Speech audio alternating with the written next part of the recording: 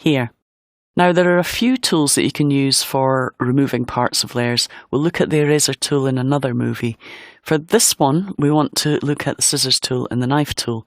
So we're going to start with the knife, and you'll notice that my indicator changes so that I have a little black arrow and the indication of a knife. Now just be aware that the control point is the black arrow. So if I want to cut here, then I would start by clicking and dragging with the arrow. Now I can cut here, and you'll notice it creates a little cut. Notice that I click and drag to cut with the knife tool. Now if you're using a mouse, it can be quite tricky, so you probably want to use something like a graphics tablet.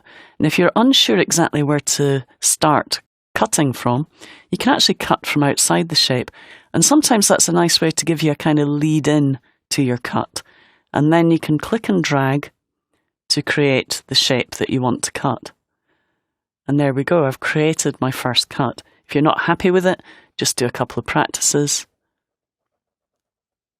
You might want it slightly more curved than that. So we're just going to practice until we get it exactly where we want it. So once I'm happy with it, I can then select the selection tool by hitting V. Now notice both the shapes are selected, but if I hold down the Shift key and click, you'll notice we have the top half selected. I'm going to select the bottom half by clicking on that, and then I'm just going to move it down. And using Shift and the arrow key,